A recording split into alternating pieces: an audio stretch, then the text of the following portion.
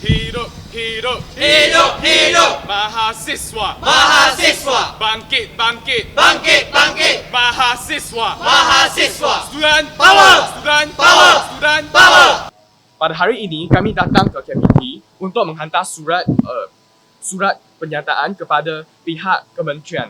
Dengan surat ini, kami akan memulakan tindakan semakan kehakiman terhadap garis panduan aktiviti hiburan yang dikeluarkan oleh KPT. Pihak UBNI membantah garis panduan aktiviti hiburan ini bukan sahaja ia mengekang kebebasan mahasiswa dalam mengadakan aktiviti, tetapi juga ia mendorong penularan budaya konservatif yang ekstrim dalam masyarakat Malaysia. Sebelum pilihan raya, Kerajaan Perpaduan menyeru para mengundi supaya menolak gelombang hijau bagi memeliharakan keberbagaian Malaysia. Walau bagaimanapun, selepas pilihan raya, Kerajaan Perpaduan semakin menuju ke arah konservatif. Beberapa hari yang lalu, Adun Kerajaan Perpaduan telah mengkritik sebuah konsert di Kelantan kerana penonton lelaki dan wanita duduk bersama tanpa perpisahan. Hal ini jelas menunjukkan niat Kerajaan Perpaduan yang ingin menyebarkan budaya konservatif di Malaysia. Oleh itu, pihak UBNI secara tegas membantah garis panduan aktiviti hiburan ini. Kami juga menyeru KPT supaya memberikan perhatian kepada memulangkan autonomi kepada para mahasiswa dan mengatasi masalah berkaitan dengan sistem pengambilan mahasiswa baharu. Sekian, terima kasih. Assalamualaikum, salam sejahtera semua. Nama saya Abdul bin Anwar, Setiausaha Agung Suara Siswa UM, dan pada hari ini saya akan menceritakan kenapa kami membantah garis panduan ini. Beberapa sebab adalah: pertama, penyekatan hak dan kebebasan pihak berkepentingan universiti. Kami berpandangan bahawa garis panduan ini menentang agenda pemekasaan yang kononnya dibawa oleh pihak KPT. Adakah pihak Kesatuan Mahasiswa dan pihak Majlis Perwakilan Pelajar MPP diperkasakan sekiranya pihak universiti dan JPT masih lagi dibenarkan untuk membatalkan acara tersebut jika ia membawa impak negatif mengikut interpretasi mereka? Persoalan kami, jika benar KPT mahu memperkasakan mahasiswa, kenapa kebebasan kami ditarik balik oleh garis panduan ini? Kedua, perampasan autonomi mahasiswa-mahasiswi sebagai seorang individu. Garis panduan ini telah merampas autonomi kami sebagai seorang manusia. Kami tidak dibenarkan untuk memakai seluar pendek semasa sesi, soundcheck dan semasa persembahan. Kami tidak dibenarkan berambut panjang dan kami tidak boleh ada sebarang gerakan berlebihan ketika persembahan, walaupun jika persembahan tersebut memerlukannya. Garis panduan ini telah jelas melanggar kebebasan kami di bawah perkara 5 dan perkara 10 Perlembagaan Persekutuan, undang-undang tertinggi di negara ini. Kami adalah rakyat negara Malaysia dan seharusnya kami diberikan kebebasan yang termaktub dalam undang-undang negara dan bukannya sebuah garis panduan yang telah dirangka tanpa mendapatkan pandangan kami. Dan sebab yang ketiga, peruntukan dan penggunaan perkataan yang kabur maknanya. Kita lihat dalam garis panduan ini, terdapat beberapa fasal yang tidak jelas maknanya. Sebagai contoh, pihak JPT dan pihak universiti berhak untuk memberikan interpretasi bagi frasa memberi impak negatif yang di pelbagai peringkat. Persoalan saya, apakah impak negatif yang dimasukkan dan bagaimana impak negatif ini akan didefinisikan kerana ia bersifat subjektif dan mengikut pandangan masing-masing. Jika pihak universiti mendefinisikan sesuatu acara sebagai membawa impak negatif tetapi mahasiswa-mahasiswi tidak berasakan begitu, adakah kami akan dikenakan tindakan? Terdapat juga perkataan kontroversi yang tidak didefinisikan. Bagaimana JPT mendefinisikannya? Jika artis tersebut mengkritik universiti atas satu kesalahan yang telah mereka lakukan, adakah ia tindakan kontroversi? Dan siapakah yang akan mendefinisikan perkataan ataupun tindakan kontroversi tersebut? Dan adakah kami mahasiswa-mahasiswi menjadi mangsa garis panduan yang tidak jelas ini? Oleh itu, kami menuntut dan membantah garis panduan ini dan menuntut agar ia ditarik balik. Jika benar KPT ingin memperkasakan kami, tarik balik garis panduan tersebut. Terima kasih. Garis panduan yang telah diumumkan oleh Jabatan Pendidikan Tinggi hanya merupakan salah satu ekstrapolasi yang akalnya ada pada Akta Universiti dan College University ataupun dikenali sebagai AUKU. Sebagai contoh yang lebih jelas, Seksyen 15-2-C telah dimansuhkan pada tahun 2018 bagi memberi laluan kepada mahasiswa dan mahasiswi untuk bergiat dalam politik di dalam kampus. Namun, sebahagian daripada garis panduan yang dibentangkan oleh JPT bersifat untuk memulihkan status seksyen tersebut yang telah dipinda. Bagi memastikan perkara sebegini untuk tidak berulang dengan mengambil kira pendapat para mahasiswa, Suara Siswa menuntut agar 4 perkara berikut diberi pertimbangan yang wajar daripada pihak KPT. Yang pertama, memulihkan jawatan kuasa teknikal masukan AUKU dengan kadar segera.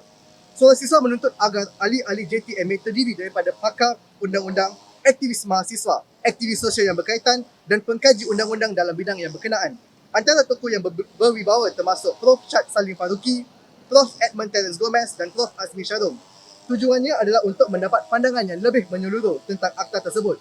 JTMA sebelum ini telah berjaya menghasilkan 6 kertas polisi yang komprehensif dan menekankan nilai dan prinsip kebebasan akademik, autonomi universiti serta autonomi mahasiswa.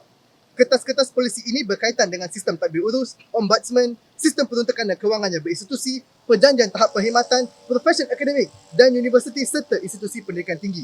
Namun, usaha ini tidak diteruskan selepas Kerajaan Pakatan Harapan jatuh pada tahun 2020. Yang kedua, memperkasakan kebebasan bersuara dan kebebasan akademik mahasiswa dan ahli akademik. Seksyen 15-2-B AUKU melarang mahasiswa dan mahasiswi menyertai organisasi yang dianggap tidak sesuai oleh Lembaga Pengarah Universiti (LPU) tanpa menggambarkan jelas apa yang dimaksudkan dengan tidak sesuai. Ini memberikan kuasa yang luas kepada LPU untuk menentukan apakah organisasi tersebut tidak sesuai. Seksyen 15-3-B pula melarang mahasiswa dan mahasiswi memberikan sokongan kepada atau simpati dengan pihak yang dianggap tidak sesuai oleh LPU. Seksyen-seksyen ini membatasi kebebasan akademik mahasiswa dan mahasiswi. Kami berpendapat bahawa kebebasan bersuara dan akademik tidak seharusnya disekat oleh undang-undang tambahan dan mahasiswa dan mahasiswi seharusnya dapat menyuarakan pendapat mereka secara bebas. Bagi staf IPT dan ahli akademik, aku juga tidak memperuntukkan kebebasan akademik. Peraturan-peraturan dalam Akta Badan-Badan Berkanun tahun 2000 memberikan kuasa kepada pihak universiti untuk mengawal penyataan awam staf IPT dan ahli akademik. Oleh itu, suara siswa menuntut agar hak kebebasan bersuara dan akademik dijamin di IPT. Yang ketiga, memperkasakan autonomi kewangan dan memberikan autonomi kewangan kepada mahasiswa. Seksyen 15A AUKU melarang mahasiswa dan mahasiswi daripada mengumpul atau memegang wang. Ini menyukarkan mahasiswa dan mahasiswi dalam menguruskan aktiviti dan pembelanjaan mereka. Kami menyeru agar hak menguruskan kewangan badan mahasiswa dikembalikan kepada mahasiswa dan mahasiswi.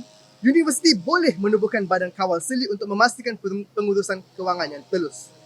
Yang keempat dan terakhir, memartabatkan hak kebebasan berpersatuan mahasiswa.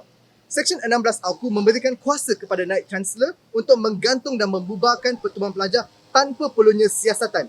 Kami menuntut agar kuasa sebegini dimansuhkan dan pelajar yang didakwa melanggar undang-undang universiti disiasat oleh pihak universiti dan dibawa ke hadapan tribunal bebas. Seksyen 15D AUKU juga memberikan kuasa kepada Naib Chancellor untuk menggantung pelajar tanpa simak imbang yang sepatutnya. Kami menuntut agar jawatan kuasa tata tertib pelajar digantikan dengan tribunal tata tertib yang bebas dan adil. Kami berharap agar Kementerian Pendidikan Tinggi dapat mempertimbangkan tuntutan kami untuk menjadikan sistem pendidikan tinggi di Malaysia lebih demokratik, bebas dan berwibawa. Terima kasih. Selamat pagi, saya daripada Idea Belia, nama saya Surendra Lewis. Keep this short. Okay, Idea Belia as one of the signees for these memos. We do support fully this memo that was spearheaded by Suara Siswa and UMNI. We would also like to reiterate that having such rules such as this, such as AUKU and rules regulations on concerts, it acts as a wet blanket on universities, on the academic culture of universities. It doesn't let students grow to know what's best for them.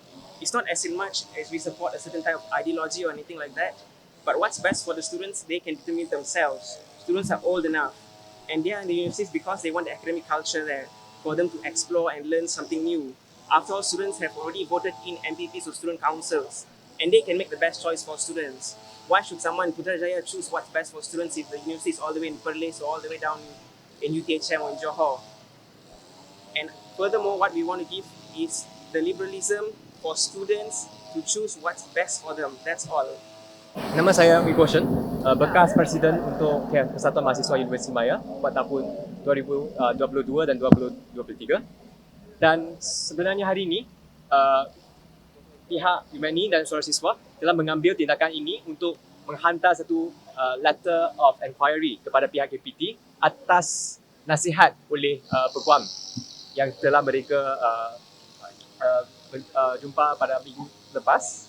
Dan perkara tindakan ini merupakan langkah pertama sebelum mereka bergerak masuk ke mahkamah. Dan kita haraplah dalam masa 3 working days atau 3 hari bekerja ini, kita boleh mendapat satu respons daripada pihak KPT.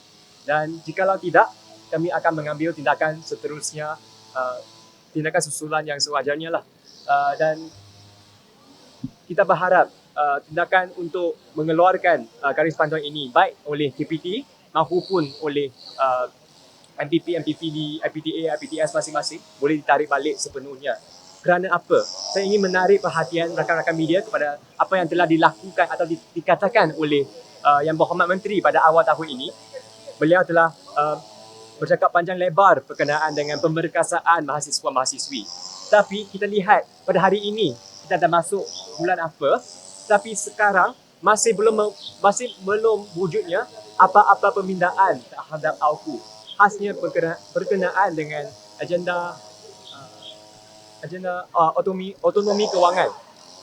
Jadi kita mempertikaikanlah apa yang telah dilakukan oleh KPT, adakah yang benar-benar untuk pemberkasaan mahasiswa ataupun ada udang di sebalik batu. So tempoh tu berapa hari bagi kepada KPT? 3 hari. So 3 hari bekerja. kalau tak ada respon, so proceed to court lah.